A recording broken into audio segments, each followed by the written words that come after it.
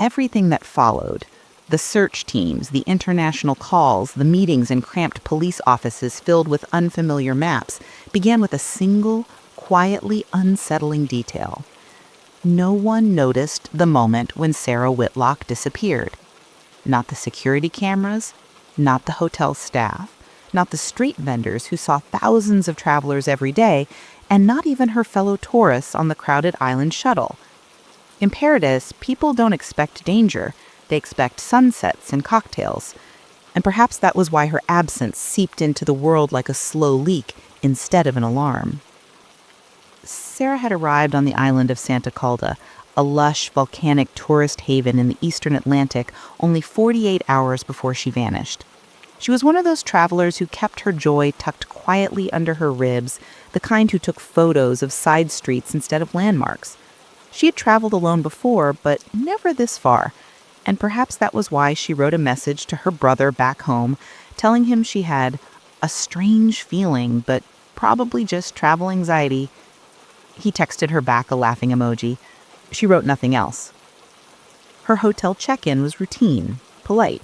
She signed a slip, accepted a room key card, asked about bike rentals, and then returned to the desk a few minutes later to ask whether the tap water was safe to drink.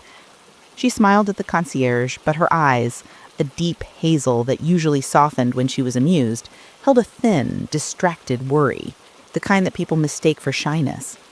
The concierge remembered this later and would tell police multiple times, as though the detail alone might have saved her. On the morning of her disappearance, the hotel cameras captured her leaving the lobby at 9:14 a.m., wearing a white linen shirt, tan shorts, and sandals. She carried a canvas tote with a bright orange strap. She walked with purpose, but her shoulders were tight. The heat rose, already shimmering from the pavement, the kind of humidity that turns bodies sluggish and impatient. She moved quickly through the frame, the automatic glass doors closing behind her. That was the last confirmed sighting of her alive. Her plan, according to her notebook found later in her room, was simple. Breakfast in the old fishing district, then a guided tour of the island's inland caves, a popular attraction carved into centuries-old lava tunnels. She had circled the cave tour time, 11:30 a.m., but she never arrived and the group left without her. At first, no one thought much of it. Tourists oversleep, others get drunk, some wander and forget time. But Sarah wasn't the wandering type. And as investigators later discovered, she sent no messages, made no calls, and posted nothing on social media after leaving the hotel that morning. Her digital trail went cold almost instantly. It was a German tourist named Klaus who unknowingly became the first person to realize something was wrong. He had chatted briefly with Sarah the night before at a small oceanside bar where tourists exchanged stories of travel mishaps and triumphs. She had mentioned the cave tour and how excited she was to see formations untouched since the island's earliest eruptions. When Klaus didn't see her at the meeting point the next morning, he assumed she'd changed plans. But when he returned to the hotel later that afternoon to pick up a package he'd left at the desk, he asked casually whether Sarah had returned. The clerk said no. Still, no alarms, not yet. The first alarm came from her brother, 12 time zones away, when she didn't respond to his message that evening. She always answered him, always. He waited 3 hours, trying to be rational, before calling the hotel. And when he heard the receptionist's hesitant voice say, "We haven't seen Miss Whitlock since this morning," something inside him cracked, a quiet sound like a bone bending just enough to hurt. It took 6 hours for the search to start, 12 for the local police to take it seriously, and 20 before the U.S. Embassy called the island's interior minister requesting updates. In between those numbers were dozens of moments that would later haunt investigators, the timely confusion between agencies, the early assumptions that she'd wandered off with another traveler, the belief that she'd simply gotten lost on a trail. But Sarah was cautious and meticulous. She left detailed itineraries on her phone. She kept receipts. She photographed food and scenery. And most importantly, she never turned off her phone. Yet by mid-afternoon on the day she vanished, her phone was dead or destroyed or hidden. No one could say which. By the time the first officers retraced her steps through the fishing district, the sun was low, and the air smelled of salt and diesel. Vendors were packing away their stalls, boats rocking lazily in the harbor. A few remembered seeing a woman who matched her description, but their recollections were blurred. A quiet tourist buying fruit, a woman walking toward the old stone alleyways near the port, maybe someone who paused to take a picture of the waterfront statue. The problem wasn't that people didn't remember her. It was that she looked like every other traveler passing through the island. Sunburnt, soft-voiced, anonymous. But there was one sighting, one recorded but later disputed statement from a waiter outside a small cafe overlooking the water. He claims Sarah sat briefly at an outdoor table, looked out toward the shore as though waiting for someone, then stood up abruptly and walked away without ordering. When he described her expression, he didn't say worried. He said resigned, like someone accepting an unwelcome decision. The investigators didn't know then how important that single detail was. They searched her hotel room next, finding nothing unusual at first glance. Clothes folded, passport locked in the safe, a half-filled water bottle, a page torn from her notebook and discarded in the trash. The torn page was blank, except for one thing, a single, small, hurriedly scribbled phrase that didn't match her usual neat handwriting. "I think he's here." No name, no context. Just that. Her brother said she never mentioned anyone following her, never mentioned fear beyond the vague, strange feeling from earlier, but something must have frightened her enough to write it down. As the sun dipped into the sea and the sky bruised into purple, officers walked the shoreline with flashlights, their beams slicing across rocks, gull feathers, and wet sand. They searched drainage tunnels. They interviewed boat owners. They checked departing ferries. No one recalled seeing her. No new clues surfaced. But the quiet, uneasy truth was already settling among the investigators like mist. People don't vanish without leaving fingerprints of their existence, digital, physical, or relational, unless someone very practiced made sure they didn't. When midnight arrived, the island police chief stood before the investigation board, still mostly empty, and asked his officers a question that should have been asked earlier. Was Sarah taken, or did she go willingly? The silence that followed wasn't uncertainty. It was dread. And far across the ocean, in a small apartment with the television muted and his phone clutched in shaking hands, his brother felt it too. The sense that Sarah had stepped through a doorway that no one else could see, and that whatever waited on the other side had swallowed her completely. The investigation had begun, but the truth, like the island's volcanic caves, ran much deeper than anyone yet imagined. The second morning after Sarah vanished arrived hot and cloudless, the kind of morning that mocked the tension thrumming across Santa Calda. The early sunlight poured over the terracotta roofs of the fishing district, glinting off windows and rolling waves, illuminating the police tape that now hung across alleyways like pale yellow scars. Sleepy shopkeepers opened their shutters to find uniformed officers already waiting with notebooks, questions, and photographs. The tranquil tourist haven had turned into something else, an island holding its breath. Detective Luis Mendoza, a veteran investigator with salt and pepper hair and tired eyes, stepped onto the narrow balcony outside the local police headquarters. Below him, the streets stirred with uneasy activity. Visitors ate their breakfast with forced smiles, glancing nervously at patrol cars and officers carrying equipment. Tourism was Santa Calda's lifeblood, and the disappearance of a foreign traveler threatened everything, from the local economy to the island's reputation. But Luis didn't care about that. He cared about the girl. And something about this case was wrong at a level his instincts recognized immediately. He had reviewed all available footage twice. At 9:14 a.m., Sarah left the hotel. After that, nothing. The cameras in the fishing district were few and outdated. Some were broken. Some were angled towards storefronts for theft deterrence rather than surveillance, and others were so blurred by sun exposure they may as well have been abstract paintings. Still, Luis believed that before the day ended, they would find something. Disappearances were like smoke. There was always a source, always a trail, even if faint. Inside the dim briefing room, the investigation board had grown. On one half were photos of Sarah taken from her social media, smiling, hiking, posing with friends, sometimes alone, usually with a camera in hand. On the other half were maps of Santa Calda marked with colored pens, yellow for last known locations, red for possible sightings, blue for areas searched, and black pins, only 2 so far, for places the detectives felt instinctively drawn to revisit. Luis studied the board as if it could speak. People don't vanish in bright daylight unless 2 things happen. They either choose to disappear or someone wants them gone. In his decades of work, voluntary disappearances had tells: withdrawn behavior, financial transactions, purchased tickets, sudden changes in routine. Nothing in Sarah's life hinted at such a shift. Her bank activity was normal. Her messages were warm and consistent. Her future plans were clear. She was the type who made lists, not escapes. The hotel room gave them little, but not nothing.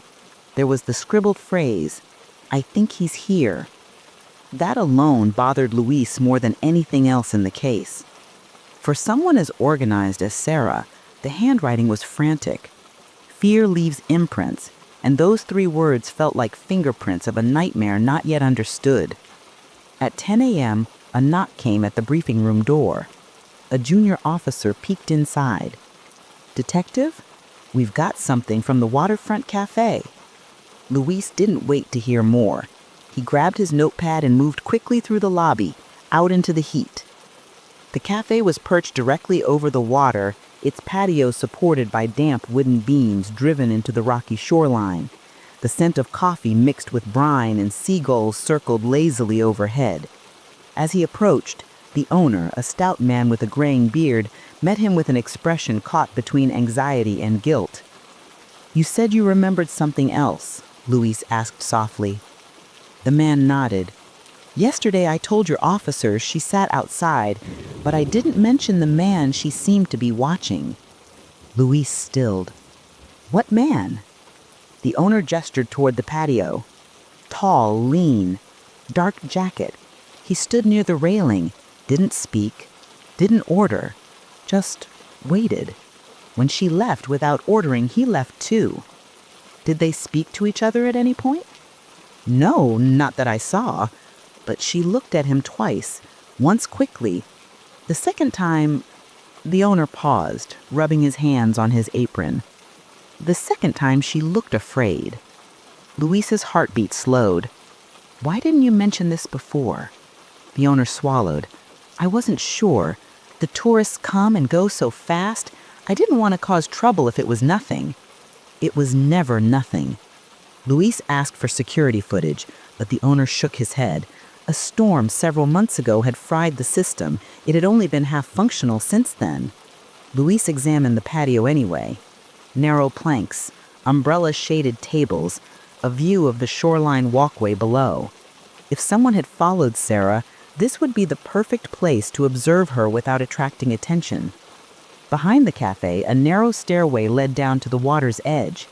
The path was old and uneven, cracked from years of ocean spray. At the bottom, another walkway wrapped around the rocks, partially sheltered by overhanging cliffs. It was the kind of place where a conversation could happen unnoticed, or where someone could disappear without leaving a ripple. Luis crouched, studying the ground. Sand, pebbles, seaweed, nothing obvious. But something about the location pulled at him, a faint wrongness, like stepping into a room and sensing someone had been there moments before. Back at the station, forensic officers arrived with new information. They had dusted her room thoroughly. No forced entry, no unknown prints. But they did find fibers, dark, synthetic, on the back of the door handle. Not from Sarah's clothes, not from anything in the room. Someone else had touched that handle. Meanwhile, analysts traced her phone signal. The last ping came from a cell tower near the eastern cliffs at 10:02 a.m. on the day she vanished. The cliffs were remote, accessible mostly by foot or bike. Tourists took photos there, but rarely alone. It was a quiet, hauntingly beautiful area where the ocean battered the rock with merciless rhythm. Luis circled the tower's radius on the map. It covered a rugged zone dotted with abandoned bunkers from the island's old military history. Some bunkers were sealed, others were rumored to still be accessible if one knew the right cracks in the stone. Teenagers explored them. Criminals used them. And if someone wanted to hide a person, he didn't finish the thought. At noon, an American consular agent arrived, a woman named Anna Westwood, sharp-suited and sharper-eyed. She was calm but insistent, her presence adding weight to the urgency already building. "We need to assume abduction," she said without ceremony. Luis nodded. "We're heading there, slowly but inevitably." Dana leaned over the map. "This tower, who uses the area?" "Local fishermen, teenagers, occasionally hikers." And he hesitated. "Smugglers." Dana's eyebrows lifted. "Smuggling operations here?" Luis said, "Nothing major. Small arms, contraband. Mostly dead now, but the cliffs have history." "History is just another word for secrets." Luis almost smiled. "You sound like my grandmother." "I sound like someone who's handled a dozen disappearances abroad. 9 were recoveries, 3 were not." Luis didn't ask about the 3. They drove to the cliffs that afternoon, the road winding through dense vegetation and crumbling stone walls. Dust rose behind their tires and cicadas buzzed in the heat. When they parked near the trailhead, the ocean stretched before them like a living beast, its roar echoing off the rocks. The cliffs were jagged and unforgiving. Salt-columned winds carved the rock into harsh angles, creating narrow ledges and mysterious crevices. Trails branched off unpredictably, some leading to scenic overlooks, others to sudden dead ends where the ground crumbled into the sea far below. It was on one of these lesser trails, overgrown and nearly invisible, that they found something. A scrape in the dirt. Fresh. Not animal. Not natural. Several meters further, a broken sandal strap half buried in dust. Dana lifted it gently, her voice quiet. "Is it hers?" Luis compared the material and color to the photos. Tan. Thin straps, matching the pair Sarah wore in the hotel footage. "Yes," he said. "It's hers." They stood in silence, the ocean roaring below. "That means she struggled," Dana said softly. "Or she was dragged.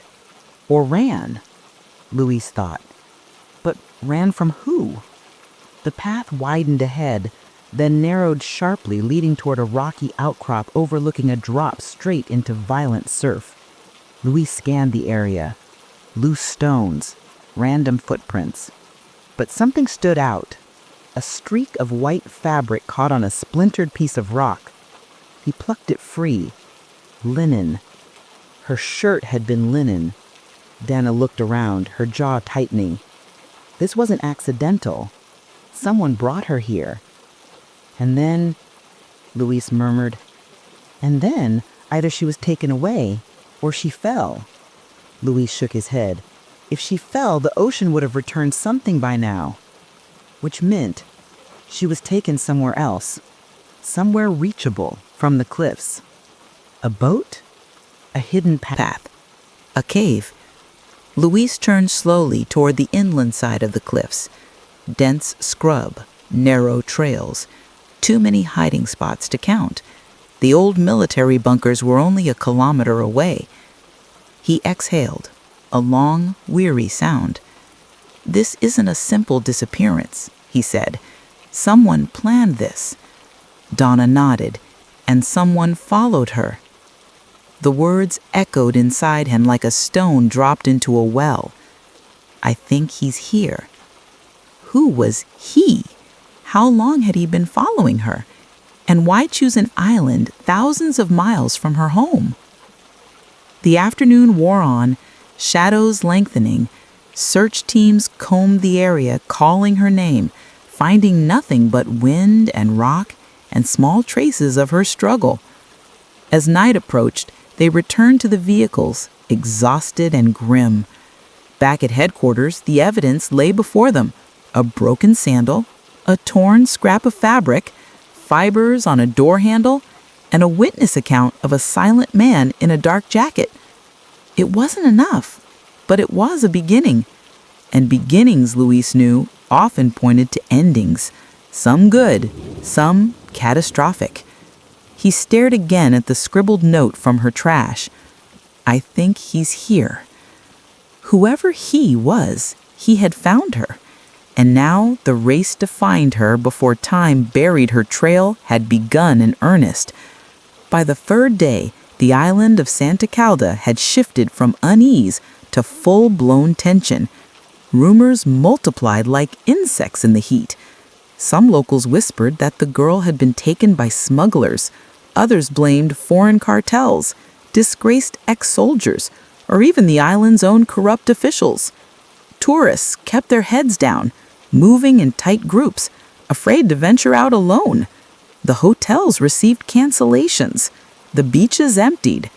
The island was breathing fast, like something frightened. Inside the police headquarters, a storm of voices filled the command room. More officers had been flown in from the mainland. The American consulate had deployed investigators. Interpol had requested updates. Sarah's parents were now in the air, expected to arrive by nightfall. The world was watching, and the pressure twisted around every decision Luis made. At the center of this growing storm, a breakthrough arrived in the form of a hesitant woman with sun-worn skin and trembling hands. Her name was Amalia Rojas, a local shopkeeper the officers had interviewed briefly on the first day. She had claimed she'd seen nothing unusual. But fear does strange things, especially fear of a man. When she walked into the headquarters that morning, clutching a rosary, Luis recognized the look in her eyes. Someone who had convinced herself to speak only after losing sleep. I lied, Amalia whispered as Luis guided her into a quiet corner. About what? He asked gently. The man she was afraid of. I saw him before. Luis felt a sharp, quiet click inside his mind, a puzzle piece turning over. Where? He asked. Amalia's breath shook. In my shop, 3 days before the girl disappeared. He came to buy batteries, but he wasn't looking at the batteries. He was watching the tourists, watching her. I didn't think anything of it until I saw her picture on the news. Luis kept his voice steady. Describe him again. Tall, lean, dark jacket, even in the heat, short hair, sharp eyes, never smiled, never spoke more than 2 words, even when paying. Accent? Not from here, not American, maybe Eastern European or something like that. That alone sent a ripple through the room. Santa Calda had long been a crossing point for traffickers from Eastern Europe and the Balkans. Some had settled, some had been arrested, some had simply vanished. Why didn't you tell us earlier? Luis asked softly. Amalia's eyes dropped. Because I recognized him. Luis froze. You know him? She nodded. Not his name, but he used to come to the port at night, years ago. He met with men who dealt in things better left unspoken, and once I saw him on the cliffs, near the old bunkers. Luis's breath slowed. You're certain? I'm certain, she whispered. When I saw the girl's photo, I prayed I was wrong, but when I remembered his eyes, her voice broke. Luis placed a gentle hand on her shoulder. You did the right thing coming here. After taking her statement, he went straight to the evidence board, drew a circle around the cafe, another around the cliffs, and connected them to a new tag, unknown male, dark jacket. For the first time, the lines began forming a picture, but the picture grew darker. From Washington, the FBI liaison sent a troubling update. Sarah had filed a cyberstalking complaint 6 months earlier in the U.S., A man, identity never confirmed, had been sending her cryptic messages from burner accounts. Sentences like, I see you. Soon. Don't pretend you don't feel me there. The case had gone nowhere. No threats, no demands, no name. The messages stopped after 4 weeks. But what chilled Luis was the tone of those messages. They echoed the fear in Sarah's scribbled note. I think he's here. If the man who had stalked her in the U.S. had followed her across an ocean, then they weren't just dealing with an opportunistic criminal. They were dealing with obsession. And obsession doesn't stop until it has what it wants. That afternoon, a small break arrived. Surprising, fragile, but promising. A Dutch couple, leaving the island early out of fear, arrived to give one last statement. They had been hiking near the eastern cliffs the morning Sarah disappeared. They hadn't seen Sarah, but they had seen something else. A man walking alone in the brush with a backpack. What caught their attention was his behavior. He walked like someone who didn't want to be seen, the husband explained. And when he noticed us, he changed directions very quickly. Too quickly. Louise showed them the profile sketch based on Amalia's description. The couple exchanged a glance.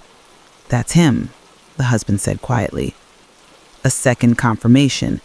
The picture sharpened further. Luis marked a third location on the map.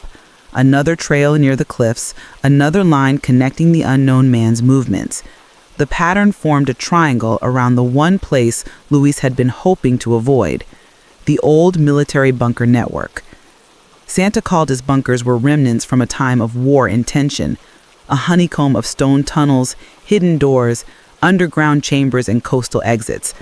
Most were sealed after the military withdrew decades earlier, but some sections remained open, unofficially. Locals avoided them. Teenagers dared each other to explore them. Criminals used them for storage. And someone stalking a tourist would see them as ideal. Dana joined him at the board, arms crossed. It's him, isn't it? The stalker? Louis sighed. It's too early to confirm, but it's him. Dana exhaled slowly. We need to search the bunkers. We don't have enough manpower to search all of them, Luis replied. Some stretch deep into the cliffs. Dangerous terrain. Dangerous is better than doing nothing. Luis knew she was right. But he also knew that bunker searches often turned into recovery missions, not rescues. Nonetheless, he assembled a team of local officers, mainland specialists, and one American tactical advisor. By late afternoon, they began descending into the first open bunker entrance, a weather-beaten archway carved into the cliffside, half overgrown, half eroded by time. Flashlights cut through the gloom, dust motes drifted like ghostly particles. The air smelled of salt, rot, and something metallic. The walls were lined with relics, rusted hooks, decayed crates, old warning signs, and faded paint. The deeper they went, the more the noise of the ocean faded into silence, dense, suffocating silence. They found evidence quickly. A cigarette butt, footprints, a recently extinguished campfire, food wrappers from a market in the fishing district. Someone had been living there. Then they found the symbol, spray painted on the wall in black paint, a crude drawing of an eye. Luis stared at it, his chest tightening. This wasn't here last month. We surveyed these tunnels after the smuggling raids. This is new. Dana's expression darkened. An eye, watching. Luis nodded. Watching Sarah, watching the island, watching them. A kilometer deeper, through winding passages, rusted iron doors, and dripping stone, they found something worse. A piece of rope. A strip of linen fabric. A small smear of blood. DNA fast track, Luis ordered, handing the sample to a forensics runner. As the team pressed farther, the tunnels became more treacherous. Some parts had collapsed.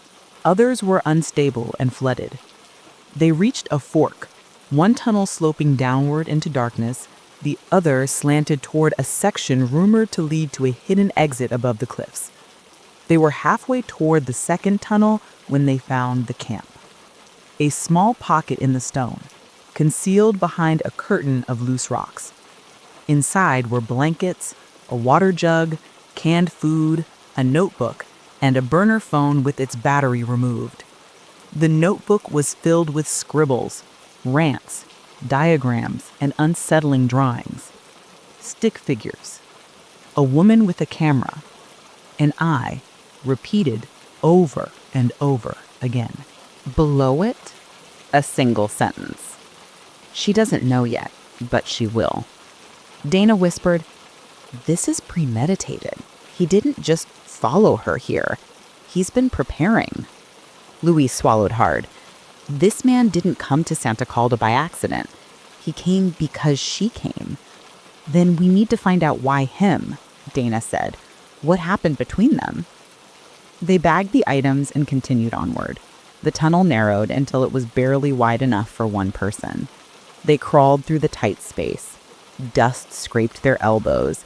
The ocean boomed faintly behind the walls. Finally, they emerged into a chamber with a partially collapsed roof. Moonlight filtered through a crack above. And on the ground, dusty but unmistakable, was a footprint. Small, light, a woman's footprint.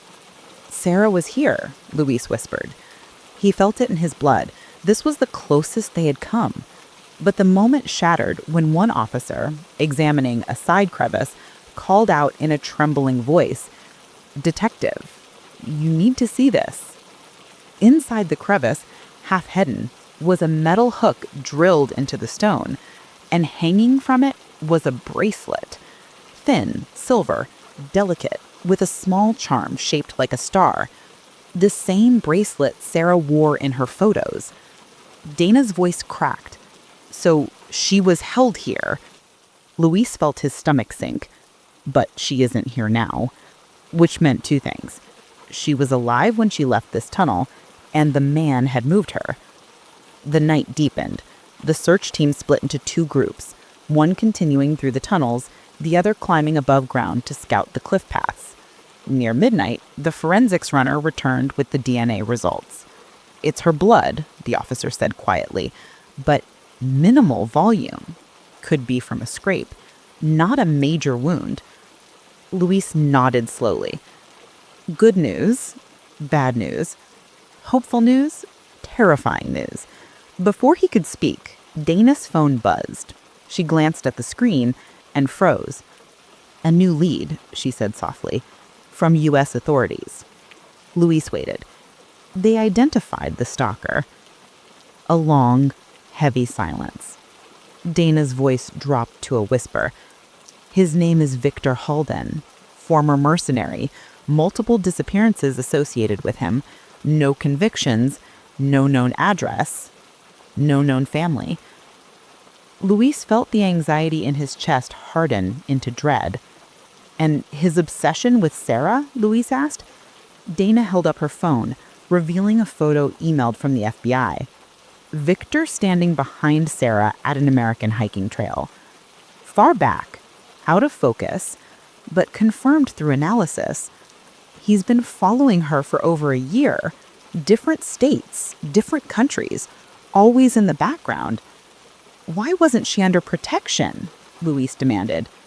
"Because she never knew how deep it went," she said.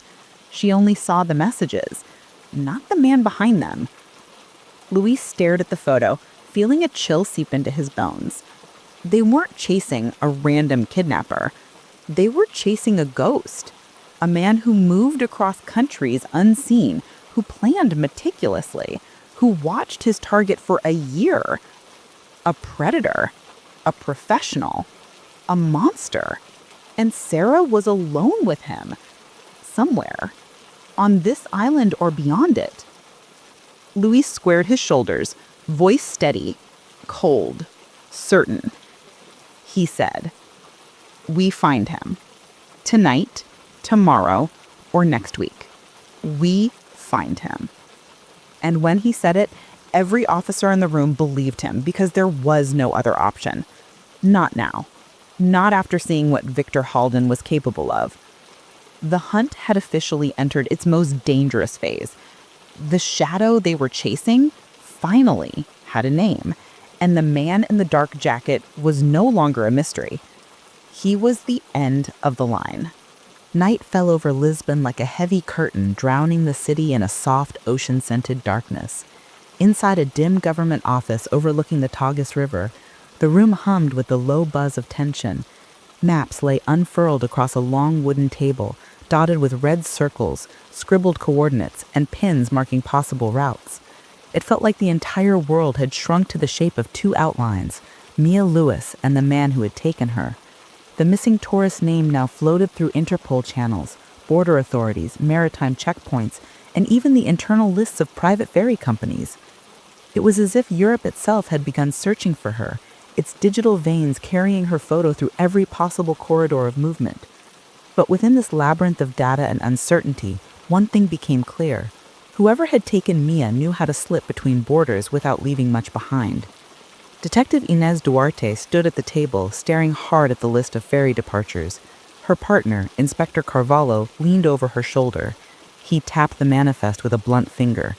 "There," he said, "the charter boat that left at dawn the morning after Mia disappeared. No passport checks, cash payment." Duarte narrowed her eyes. Where was it headed? Technically, nowhere. They rented it for private ocean photography, but the captain reported they sailed west toward deeper waters before turning south. And you think Mia was on that boat?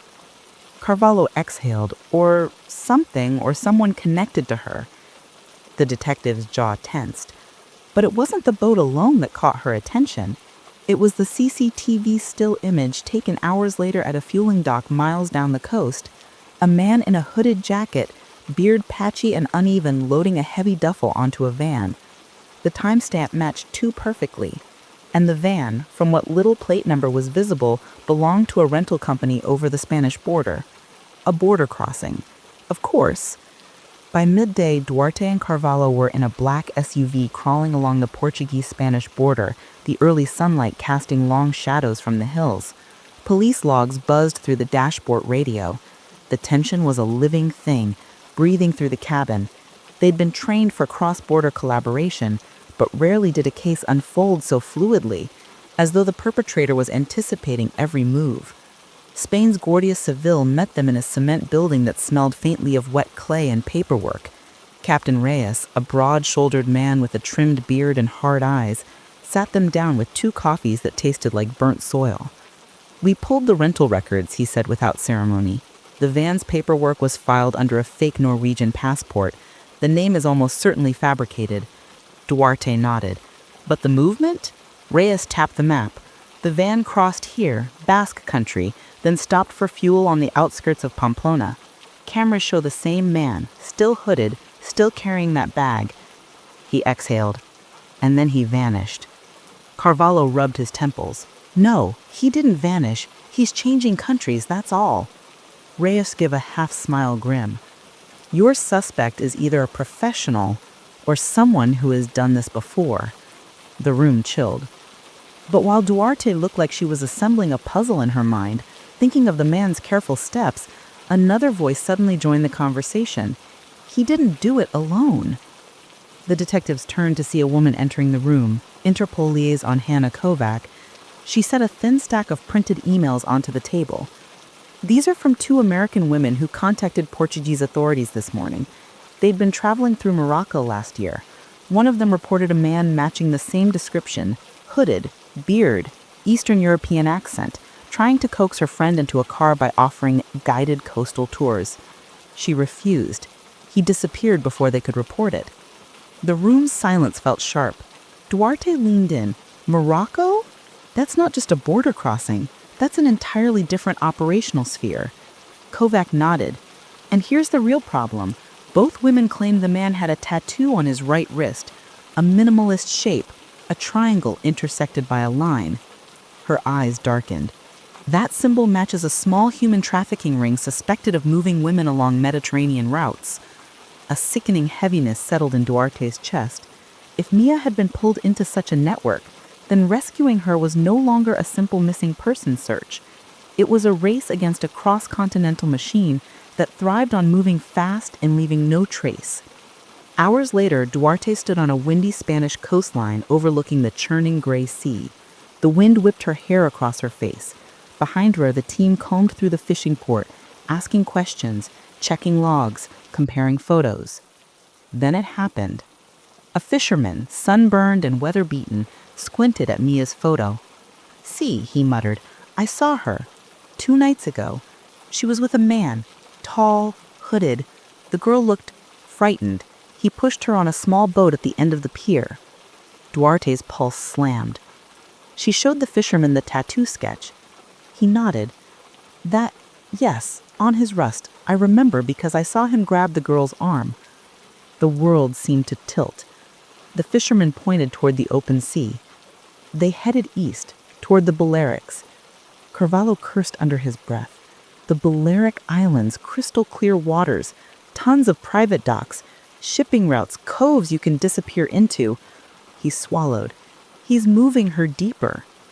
Night fell again as the team relocated to Majorca with the help of Interpol. They set up a temporary command center inside a quiet marina office. Boats rocked gently outside, ropes creaking like an eerie lullaby. But no one was relaxed. Not tonight. They began combing through maritime logs, ferry manifests, and private charter lists. Just after 2 a.m., a clerk approached with trembling hands. "This rental looks strange. A speedboat was checked out by a man with a Norwegian ID. Cash. He said he was going fishing, but he never returned the boat." He pointed at the time of rental. 6 hours after the fisherman saw Mia. Duarte felt her heart hiss like steam. How long could he travel with a boat like that? The clerk hesitated. Those models are fast, and they can vanish between small islands, hidden coves, anywhere. Then Carvalho spotted something on the scanned passport. That photo, it's the same man. The beard was trimmed, the hood was gone, but the eyes were unmistakable, cold, watchful, predatory. They were close now. They contacted Spanish maritime police. Helicopters swept the night waters. Coast Guard ships sliced through waves under moonlight. Hours passed. Then a transmission crackled through. "We found the boat." The room froze. Abandoned, moored against rocks near an uninhabited cove on Cabrera. Cabrera, a remote national park. Few tourists, many caves, countless hiding places. Duarte's voice went hoarse. "Is anyone on the boat?" A pause.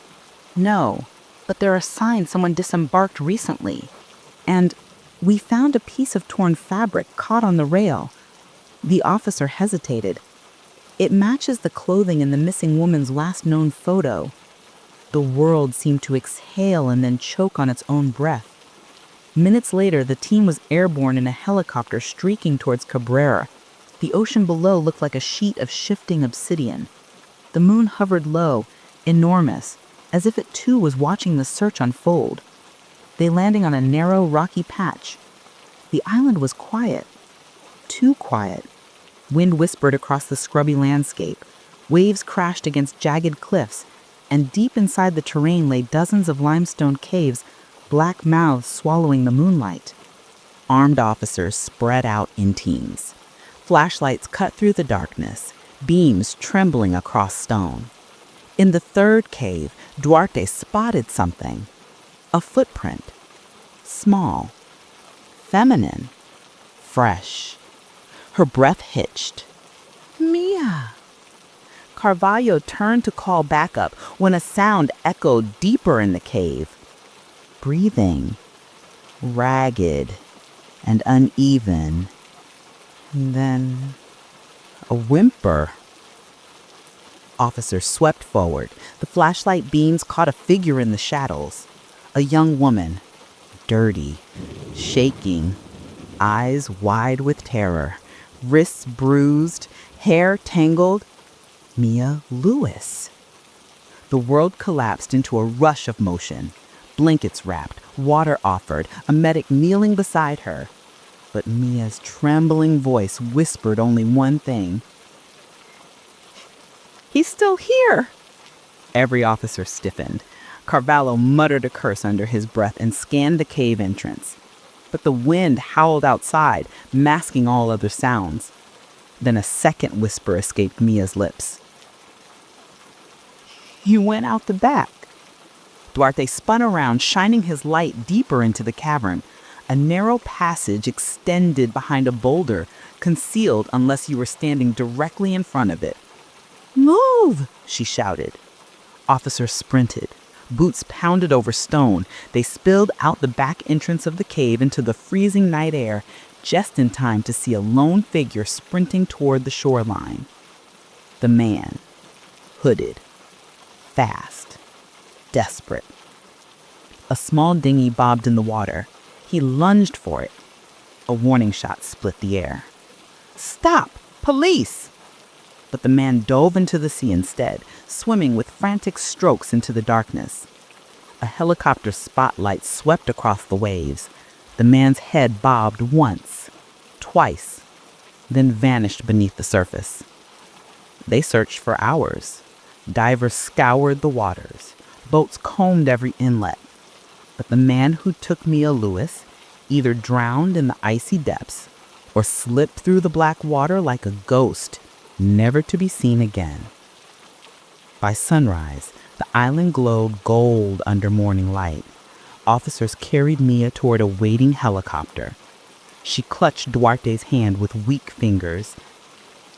"He said there were others," Mia whispered. "Other girls, other countries. He wasn't working alone." Duarte swallowed hard. The case wasn't over. Far from it. What began as a missing tourist abroad had revealed something far more sinister, a cross-border web of abduction, trafficking, and calculated movement, one that spanned continents and operated in the thin cracks of international cooperation. But Mia was alive, and her testimony would become the match that lit an international investigation. As the helicopter rose into the sky, the island shrinking beneath them, Duarte knew one truth with absolute clarity. They saved one woman tonight, but they had uncovered a monster with many heads, and the hunt was only just beginning.